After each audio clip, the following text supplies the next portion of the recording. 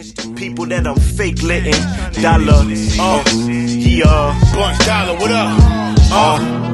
Hey, bruh, we gotta get our change up. Remember me from day one? I ain't never change up. Took what I earned, I ain't had to have the same cut. Splashing on your bitch when I'm trippy, got my wave up. She only 150 for that quickie, get that face up. That's why I never help a whore, keep her bills paid up. Oh, you want that fame, huh? Oh, around your neck, you want a chain. Sell your soul and need pills for that pain, huh? Episode 25, Math Hoffa, My Expert Opinion, and we have none other than in the building. Don't flop. Y'all know what it is, man. Let's get it. Yeah, man. How did you enjoy tonight's episode, man? Yo, I noticed about the last hour and a half was a lot more rowdy than the first hour and a half. I just noticed when I was sitting there, I just realised, like, alright, when we started, everyone was waiting for everyone to talk.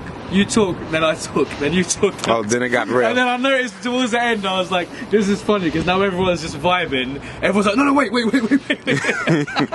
Nah, real talk, man. I learned I had a great time. I really appreciate you guys for inviting me down, man. I had a really good night. That's the best piece of battle rap media I've done in probably like the last year plus. I really enjoyed it. We appreciate having you, and I really learned a lot, man. Just learning from you, not only as an artist but also a league owner, and going through the trials and tribulations of putting on these classics. One thing Matt said at the end is you came from battling in your school to doing that, to watching what's going on, to actually becoming involved, to actually making legendary things happen in the culture. Looking back at your history, man, what are some of the things you're most proud of, man? I think I'm just most proud of what we talked about, really, just beginning in a tiny venue that didn't fit 25 people and taking it to a place that fits thousands. And it's like, it's motivated me at the moment, those thoughts at the moment, really, because it's like what we talked about all night, really. Like, I'd be lying to say we've got that same buzz in 2019 we had in 2013 or 14 or 15, because we haven't. That's the truth, we haven't. So I'm excited now about trying to create more of those memories, because I'd say in the last couple of years, like, I'm proud of what I've done. Like I said, I'm proud of the fact that we've kept this shit going and we still do these events regularly. People come through, battlers come through, but like, my most proud memories are, some of them are coming up to 5 years plus now, and it's like, for me, that's driving me to be like, do you know what, I can't in another 5 years time still be only saying that my only memories are these ones from 2015. Do you see what I'm saying? That's so, almost tonight. That's what made me realize whilst we were discussing stuff, I was actually, you got to make new classic memories. Because I get asked these questions a lot. What was the turning point in Don't Flop? What was your biggest number? What money did you make? Like, people always want to know these things, and it's like, I've been giving the same answers for a while because the answers are the same. And that sounds silly, but you know what I mean? Like, I understand. The answers haven't changed. And talking tonight and having, obviously, like, I've got such an utmost respect for Math. I've always had. He's one of the first battlers I ever watched. Like, me and him have always been cool. We've never had any bumps in the road, nothing. So, like, speaking with someone like him and to see someone that I respect, see them speaking to me and kind of being like, bro, you need to fix up what you're doing. You need to get it back to that point. Now, he's probably quite literally the 30th person that said that, but when it comes from a battler, like a fellow battler that I can actually vibe with, it hits a lot harder. And it's like, yeah, and that's why now we're finished shooting. I'm like, actually, yeah, do you know what? Like, you amped right now. I'm like, yeah, actually, like, we've just talked about the same shit I always talk about, but actually this time is like struck a chord, and I'm actually like, yeah, nah, I should actually fix the fuck up, pull some money back together somehow. Oh, Matt talked about the importance of Don't Flop and needing, more leagues and things like that. But one thing that's special about your league is you represent a whole different region. You know what I'm saying? When it comes to overseas, and a lot of guys, man, first experience overseas would be a Don't Flop event or things like that. And I want it to be that, because this is what I mean. When Math came was quite a few years ago. So it's like what Math experienced was us at our peak, and I don't want to be bringing people back to experience us at any other thing apart from my peak. Do you know what I mean? So it's like that's why he spoke so positively of it, because he was there at a sold out event, and he's been twice now, and it was both big crowds each time. And it's like, now we need to get it to that point where I can be proud in myself to bring more people over, because I could bring someone over next week, but I don't want them split into 30 people. I don't want to bring Misfit over and it's our first ever trip to London and is the crowd shit. I got you. I got you. And then Math is like, oh, sorry, it was good when I was here. Do you know what I'm saying? I got you. So I got you.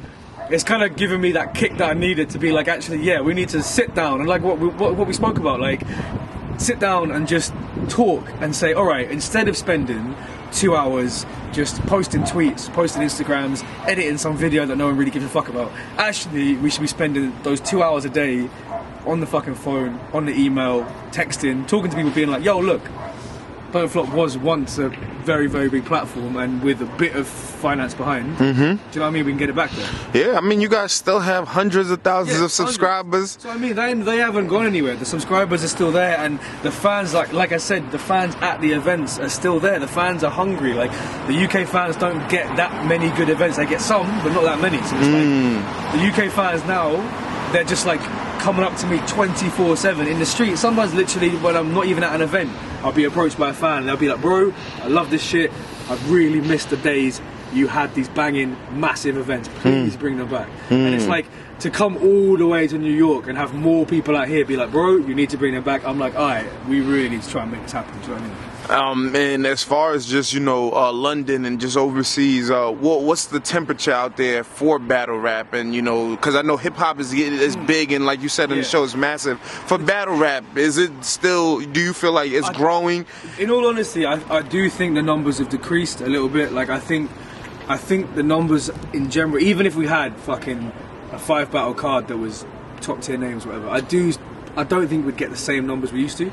But I think the key to me is getting new fans through. It's not about always trying to bring the same fans out. I think some leagues are too focused on like, oh, we want the same people that come out 5 years ago to come.